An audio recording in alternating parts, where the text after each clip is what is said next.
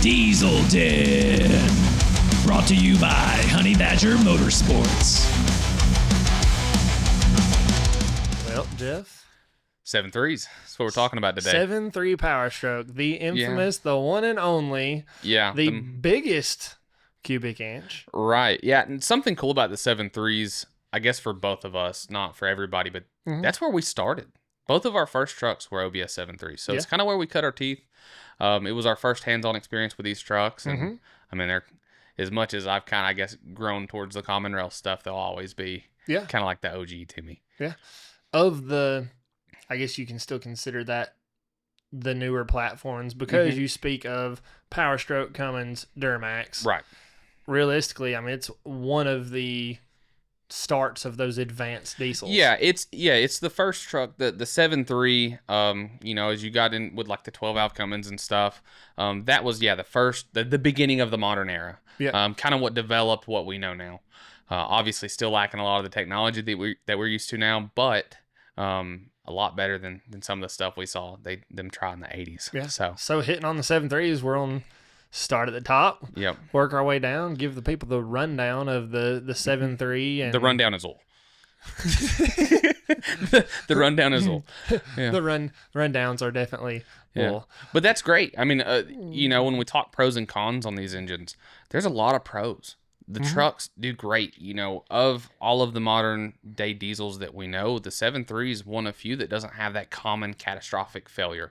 When we talk LMLs, we talk the CP4, we talk head gaskets, pistons, stuff like that. Same with your 6.7 Powerstrokes on the CP4, LOIs, head gaskets. I mean, you could pick each one and have a common catastrophic failure that's going to cost you thousands of dollars. Or the 7.3, honestly, they're known to be reliable, and that's not for no reason. Typically, they go the distance. Yeah, they go the distance. Now we've talked about, you know, excuses before and stuff because you know the newer power levels are a whole different ball game. You know, we can't sit here and act like the 7.3 at modern power levels would have the reliability it does at its power level, but there's a lot of fixes out there that we'll hit on today, I'm sure, for upgrades of these 7.3s, since we'll have to concentrate a little bit less time on failures and we can concentrate a little bit more on upgrades. Yeah, absolutely. But again, this is just kind of an overall rundown of the 7.3 top to bottom, things to look for when you're buying one, things to look for, you know, for upgrades. So again, starting at the top, you know, vertical working our way down, and realistically turbo's kind of at the top on these things. We don't really see many turbo failures on these trucks other than just neglect of air filter or something like that. Yeah, we see contamination that begins to hurt them after a while, and then extreme high mileage, you know, nothing lasts forever. We see more problems out of the pedestal, I feel like, than we do the charger itself. Yeah, so the turbo mounting pedestal and the up pipes, those are probably the biggest common thing that you can actually attribute to a somewhat of a failure versus the turbos. Like you said, I mean, maintenance, you could lack on anything and kill any turbo. Absolutely. But, so hitting on the pedestal, what are the failures on these turbo pedestals that we have to look for? So they have a complex pedestal that's known for leaking oil.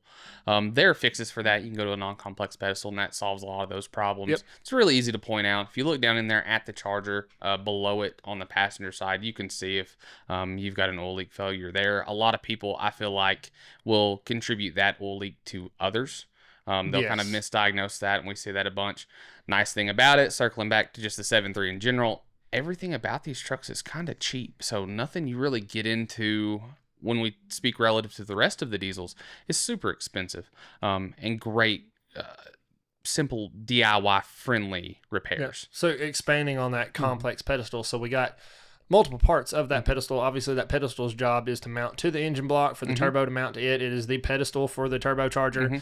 In that, you have your oil feed and your oil drain, some simple O-rings, nothing that really fails there, but you do have a valve basically in that complex pedestal that runs your exhaust back pressure valve, and basically those O-rings fail, leak, you know, etc. for that exhaust back pressure valve. Again, it's there to help warm the engine up. Not that we really need that in the south. Not that honestly these trucks, it really makes a huge difference up north. So again, a lot of aftermarket, you're just getting rid of that exhaust back pressure valve. People that do everything from time hoping with coat hangers to actually replace them with the proper like van style outlets or whatever it may be.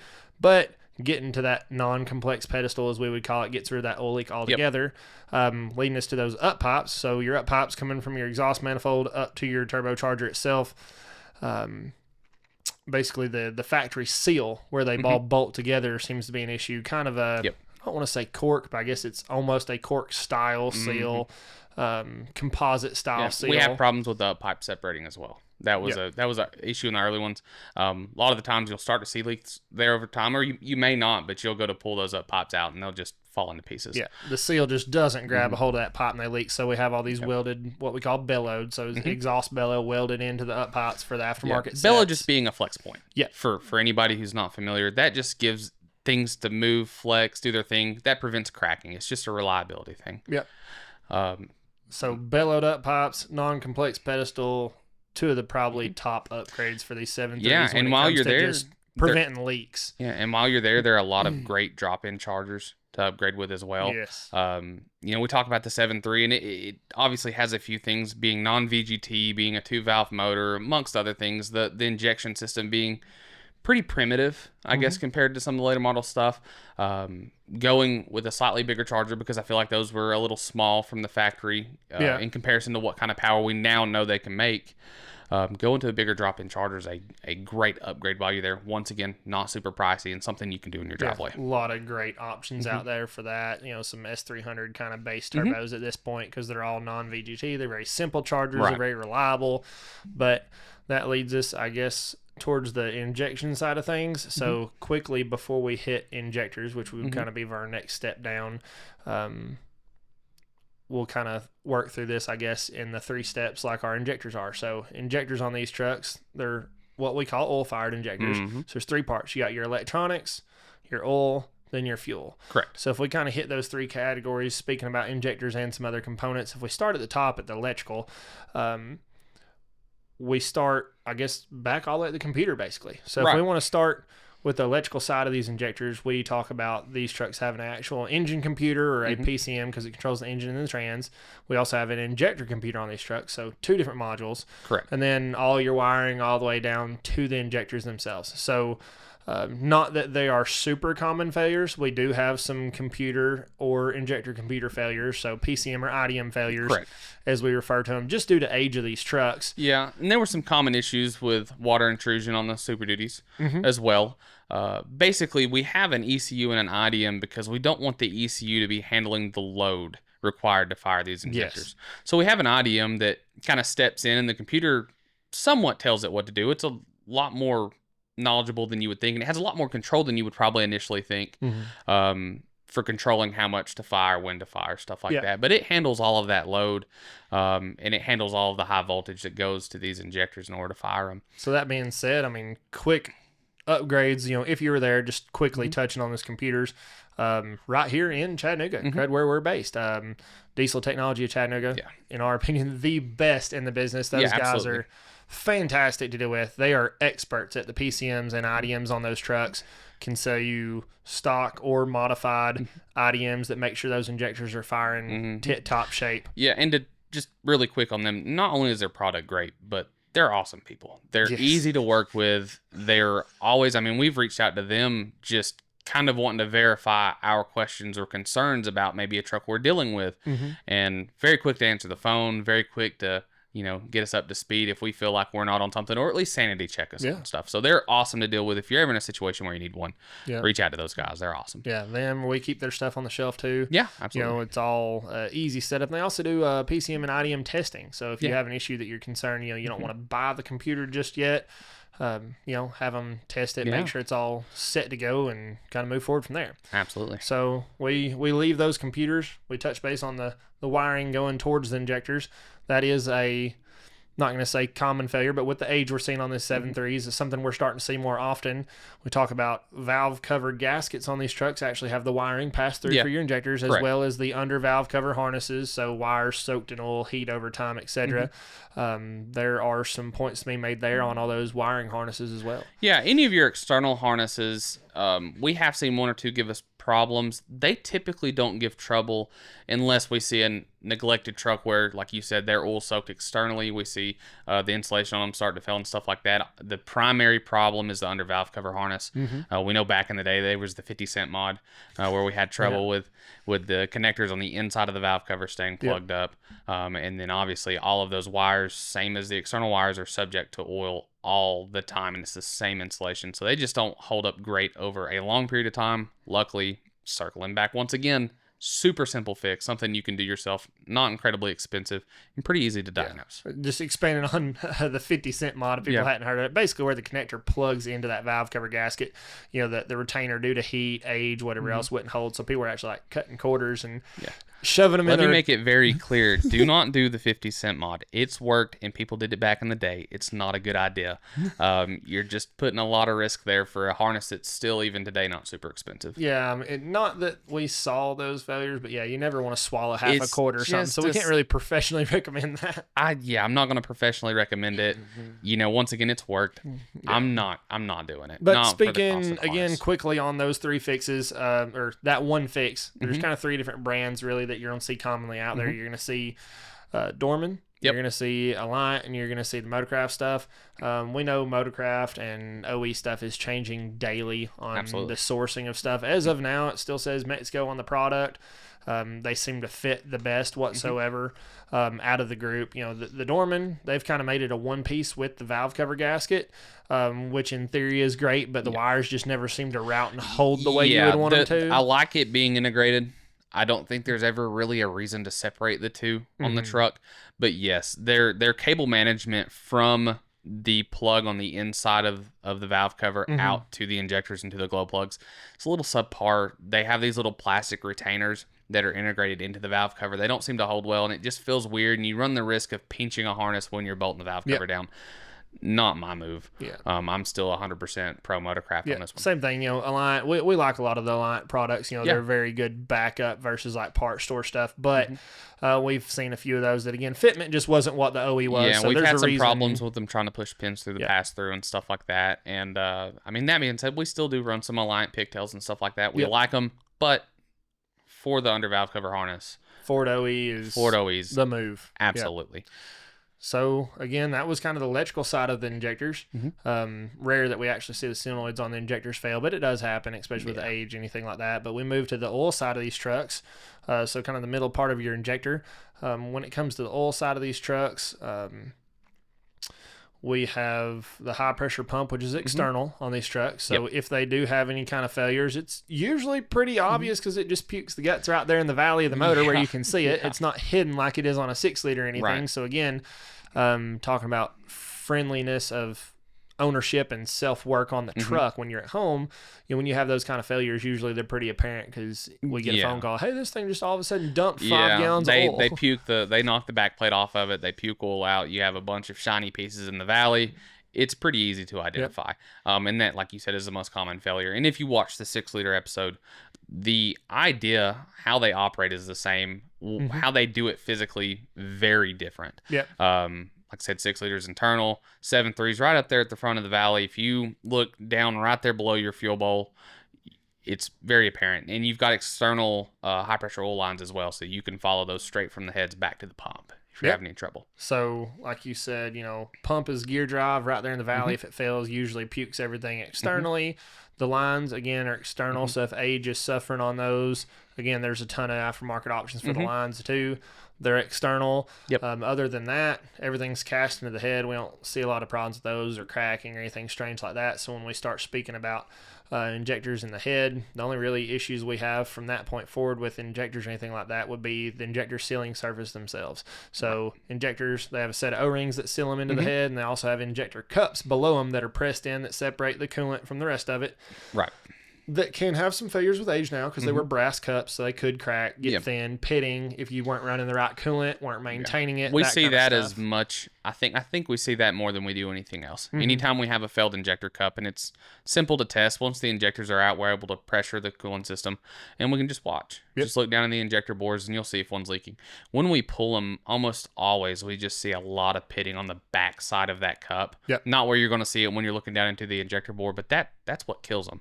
I think in ideal situations, the likelihood of them failing is not incredibly high unless, once again, you have something like neglect or a weird event that causes one to crack. And, Ford knew a lot of that early on because between that and like cylinder failure and stuff that they noticed with like big trucks, I remember in early 99 stuff, or even late 99, Dad bought one of those trucks brand new, and Ford back then had a specific coolant they wanted you to run. They had like pH test strips and stuff to check your coolant. So they knew, and they had coolant additive, to keep up with that kind of stuff. And again, these trucks just ran forever, so people neglected it over time. Next thing you know, you have a hole in a injector cup.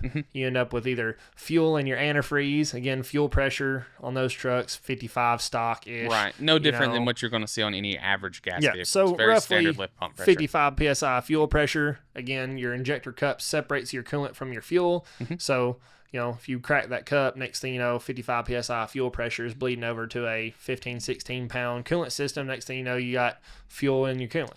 Right. Yeah, we've seen that a time or two, and we've seen that misdiagnosed a time or two. Seeing them puke coolant out, and somebody says, "Oh no, head gasket," and that ends up not being the case. Yep. So the only other O-ring failure to mention on those real quick would be, basically oil in the fuel. Because again, talking pressure difference, oil pressure on the high side is higher than your fuel pressure. So if you're changing your fuel filter on these trucks, see the fuel filter getting really dark, you don't see that blue diesel look or blue or yellow almost diesel fluorescent look. Yeah. And injector O-rings, again, if they fail, just an O-ring, not an expensive fix. But if that is the case, you're just bleeding some of that high pressure oil over into your fuel system. The truck will burn it. You'll really never know as long as it's not a major amount. But that is something to look for when you're changing the fuel filters. Yeah, absolutely. That's a very, very simple way to indicate that. So that really covers the injectors for the most part. Yeah. And so we've got injectors, we've got turbo, we've got the electronics. Moving forward, there's one thing that we know the 7.3s to do, and that's going to be oil leaks. Yep. One of the most common oil leaks that we see now, especially as these things get into higher mileage, seems to be the oil cooler. I feel like most of the trucks that we see fail or are puking oil seems to be regarding the oil cooler, just because, once again, you've got fat O-rings there with pressurized oil behind them. It's right there on the side of the block, and it tends to make a mess. The nice thing about the 7.3s versus the 6 liters, in my opinion, is that the oil cooler itself is external. We're not having to dive into the valley. Yeah. We're not having to pull the intake. Once again, makes it super DIY friendly. Yes. It's 5 bolts, I think, to pull an oil cooler on one. Yep. And most of the time, the oil cooler itself doesn't fail unless you have neglect. They tend to do really well. So you're able to pull that oil cooler assembly off and reseal them. And that is, with a press, it's a very simple job. If you're lucky, sometimes you can do it by hand. Yeah. But it's just the cost of an oil change, some coolant, and some O-rings. Yeah. So when you're speaking on that stuff, if we're on the oil leak train here, we already mentioned turbo pedestal. That was common oil leak. We already mentioned the high pressure oil pump in the lines. It's external, pretty obvious if it happens. Moving on to the oil cooler, the only really other super common leak on these would be the oil dipstick adapter. Yep, that's a big one. So there are some billet plugs out there. Some people knock the factory one into the pan and just let it chill. I wouldn't suggest you do it, just professionally speaking. Dorman does make a kit to put new O-rings on it. Honest to God, it doesn't seem to be a 100% fix a lot of the time. It's just very difficult to get that O-ring sealed perfectly. It's very difficult to get that thing tightened back down. Technically, you could glue it if you wanted to, or silicone it. Yeah. But yeah, that's a big common one. It's something that if you can avoid even pulling the dipstick, I don't know why this shouldn't work this way, but if you can even avoid pulling it, that seems to help. I've seen them get pulled and reinstalled, and that should have nothing to do with the little adapter on the side of the pan, but it does for some reason, and they'll start to leak. Yeah, it's just, any stress on that sheet metal. It's a sheet metal pan, the way that thing's bolted up, and we see a lot of people over tighten the nut and try to flex the pan, and that causes some issues too. But just making sure you're working clean when you're resealing stuff like that, and you'll be all right. Yeah, and let's not drop the adapter in, because if you do, you're pulling the whole pan, and that is a job. As much as these trucks are very DIY friendly, that is one job you don't want to do. And the one little, piece of bonus material to mention with oil leaks on these trucks is, in the valley of these trucks, there's a drain in the very back of your valley. So that drain being in the back of the valley, if you have a manual truck, try to catch your oil leaks early, because if any of that oil gets back there on your clutch, it's a bad day. It's not something you want. Yeah, and that, I guess, while you're on that topic as well, very common thing we see with them all coming through the shop, you'll have leaks in the valley. We'll see H-pops begin to leak, pedestal begin to leak, and the truck will come in. Yep, it's got a rear main leak. We need to get it fixed. And thank goodness we look at them because of that drain poured off the back of the valley. Somebody gets up underneath the truck and sees oil around the bell housing, around the pan. They think rear main, but in reality, they never pop the hood to look up top because that's where it originates. We have to. We say it and we preach it all the time, and it's not fun. You know, I wish we could just say, "Oh, hey, you know, oil leak," and just quote it, nail it on the head the first time. But that's why we always say we have to work with gravity. We have to start at the top, work the way down, just the way the truck kind of was designed. You know, start at the top, work your way down. Also, kind of top forward towards the bottom back, because wind also, as you're driving these things down the road, it's all a little bit of it. But that really covers probably the common things to look for. I mean, when you're buying a 7.3, that covers the generic part. We'll maybe do a little quick snippet here before we jump into mods, because that's one of the best things about these 7.3s is the little power packages to make some power. A quick snippet on the old versus the new. Won't have to dig into it too much, but if we broke down the years, we got 94.5 to 03. Right. That's the total run of the 7.3. Total run of the 7.3. So we have the cutoff in 97 on the old body style. Correct. Did not manufacture one in 98. We went to the early 99s, and then you had your 99.5 up. So old body style versus new body style. We had manual fuel pump driven off the camshaft. Correct. Versus electronic fuel pump. We had non-intercooled versus intercooled. Slightly different injector. Yes, slightly different injector size. That's a very good point to note. And then we had slight manifold differences, but also turbo and up pipe differences. Correct. That really meets across the years. The only really thing, I guess, worth mentioning on the early 99s was, yes, it's its own injector. It's kind of a weird injector that's a mix gear, and its own turbo and pedestal and Y pipe. So the biggest things to consider, I'll let you hit on that a little bit, I guess, between the two when you're purchasing them. You know, stock for stock, obviously the Super Duties, the newer ones, make a little bit more power right out of the box. Yeah, your 99 ups. Yeah. And explain a little bit on what the difference is when we're talking about, like, you know, say stage 1 kits that we're about to lead into, you know, boosting power, what the advantages are of starting with, say, a newer one versus the old one. Yeah, so first and foremost, I'm an OBS guy. I love them. My favorite body style truck on the planet. That being said, if I'm going to buy one to make power and I want to make it easy on myself, Super Duty all day. Like you mentioned before, we had a mechanical fuel pump in the valley of the OBS trucks. Kind of limits you in some ways. And as you get to a bigger injector, things will kind of get weird. Like with a 180/80, we've seen these trucks kind of try to choppy idle and stuff like that. And that's still like a smallish injector, you know? Yeah, and that's heavily due to pulsation and stuff. Once again, with a mechanical pump, your pump flow is based entirely on RPM. Where with an electric pump, you've got consistent pressure all the time, and that causes some weird things. But with that as well, and I think even more importantly, your Super Duties are intercooled. That's huge. That's huge. And Mr. Banks is the number one to talk about it, but, you know, IATs are everything. Yes. Power, you know, boost is pointless if the IATs are out of whack or just way high. So you're going to gain a lot by getting a truck that already has an intercooler if you want to make more power, because one of the first things you're going to do with an OBS if you want to start to make power is put an intercooler on it, and that is a job. So it's absolutely one of those, like, you know, we're not saying it's not possible in OBS. We love them. Again, they're our favorite body style stuff. I mean, you make great power to your 7.3. If budget's not a thing, and you just love the body style, absolutely start OBS. Just be prepared to immediately e-fuel. Immediately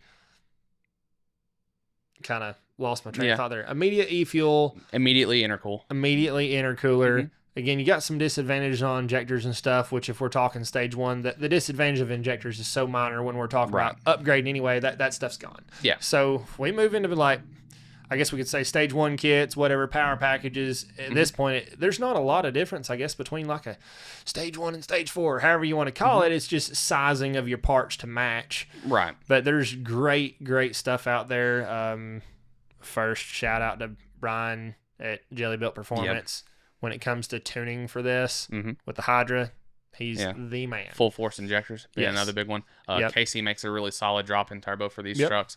The three combined is an awesome hop up for these 7.3s. It takes them from feeling kind of like the dinosaur of the diesel world, and they do, to something that gets out of its own way. Yeah. I mean, it's a huge jump, and once again, I've said it 7 times, the 7.3s comparatively to the other diesels are super cheap. So what you have getting one to that point is not so bad if you're thinking, compared to 6.7, even 6-liter to an extent prices. Yes. So yeah, it's well worth it, and it's very simple. So that's an extreme, like I said, difference in power for a basic combo. So like every vehicle out there, every enthusiast, cold air intake, exhaust, throw that stuff at it, that's awesome. But when we're talking about the main power difference on a 7.3 and these little power packages, basically a tune, some injectors, and a turbo, and you're set. It's night and day, and it's one of my favorite things, honestly.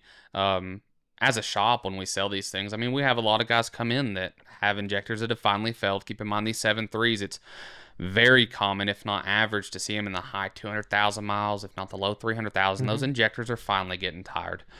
And while they're there, we're like, hey, here's the price difference. We can give you some power for just a little bit more money. And a lot of times they bite. And they're thinking they're going to get a little bit. And when you go from a stock truck to something like I mentioned before, a 180/80, which is one of my favorite, very stock-friendly injectors, along with some good tunes, man, and they leave out. And, I mean, we get phone calls pretty often. Man, this thing's a rocket ship, Absolutely. The ability there, too. That was one thing we didn't hit on the OBS versus the Super Duty. There's a little bit of a high-pressure pump difference, basically, on how that works. There's a lot of small differences between gaskets and pickups and stuff we could go into, but with the technology of now of also hybrid injectors, we can get up into these 200 and 300 cc injectors that are hybrid that we can actually run off a stock high pressure oil pump, especially a Super Duty style 17-degree pump, because they move enough oil that with a hybrid injector, we're not using all that oil capacity of that high pressure pump, and we can still run a bigger injector with a turbo to match, and you can get out here and make really good power on these trucks for a 7.3, and make it feel a lot more modern. Yeah, and to clarify, we're saying big power for a 7.3. In reality, 7.3 power is not going to be common rail power. But yeah, I mean, dude, it's a huge leap. I mean, it feels like twice the power. Yeah, we're talking kind of I don't want to call it an extreme setup, but to most people, an extreme setup, on a 7.3 is kind of like maybe 600 horse and working your way back and back down. Just a 400 to 500 horse 7.3 package is awesome. Feels great. Your partial throttle drivability, I think that's where you gain it the most. Wide open throttle is one thing, but when you're cruising, especially when you've got a loaded trailer and stuff, and you hit a incline to where that truck would normally feel flat, you just feel that kind of seat of the pants.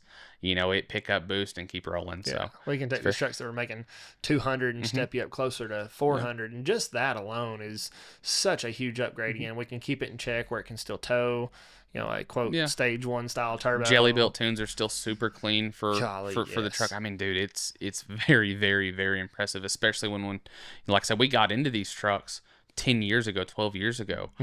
Back then it was all about just throw the fuel at them, and they were always smoky. And nowadays with his tunes, I mean, they're super clean, but you're getting the same amount of power, and you seem to get a lot more drivability out of them. It's awesome. Yeah, it's awesome. So we've got a few minutes left. If you want to recap, we'll kind of go over the things you need to be looking at. There's not a lot. Yeah. So stepping out there to purchase a 7.3, I mean, number one thing we're going to hit on is just do a standard overall look of the truck. At the age of them, it doesn't matter what it is. Unfortunately, they're not all garage kept in pristine at this point. Right. 90% of the problems you're going to have out of these trucks is either something that someone didn't maintain or something that's just wearing due to age. If you can pick one of these trucks up that someone actually maintained every time it had an issue, you're going to get a good rig. Oh, yeah. Because there was no major failures. But again, looking back behind the engine, turbo pedestal, up pipes, looking for soot, looking for oil in the valley, looking for oil underneath the truck. You're going to see some, but make sure it's not suspiciously they're just pressure washed off or just literally pouring out from under the truck. As we've said before, we said it in the first episode, let's cold start these things. Get there when it's cold. See how it cold starts. Make sure it doesn't do anything weird or try to misfire for a second or white smoke for an extended period of time. Of course, that's going to be dependent on the climate you're in and how serious your cold start is. Check blow-by. Once again, we talked about that before. Yep. It's a great indicator. It's not the only indicator, though. Let's look at coolant quality. Make sure you don't see anything foreign in there. Yeah, make sure it's not rusty looking, orangey, something sketchy. Yeah, absolutely. And that's, for the most part, it. Otherwise, they do great. Otherwise, it's just your standard inspection. Typical stuff you want to look at when you're looking at a truck. And you're so excited when you get there to buy a diesel, especially if it's your first or something. Oh, You're staring at this thing and you forget the basics: brakes, belts. Is the trans leaking? Is the rear end leaking? Has it filled? Does it have tire shake? You're just all the typical stuff. Yeah, everybody gets excited once they roll the window down and hear the turbo whistle a little bit, especially if it's their first diesel. Get out here on the highway, keep the windows up, turn the radio off, listen to the thing. Yep. That'll give you a lot of indicators. A lot of people miss small sounds that can be large problems regarding the drivetrain because they're running around with the windows rolled down. Such as those up pops. You can actually hear them when they start. Yeah, they sound a lot more similar to kind of like your gasser manifold leak as they begin to fail, or if you have a manifold leak. That's a thing. But overall, they do great. They do great. So that really, I think, covers a pretty overall rundown of the 7.3. Yeah. If you're looking to get into diesels, you're wanting something on a little bit of a budget, something you can fix yourself, something you can learn about diesels while you're owning it. 7.3 is a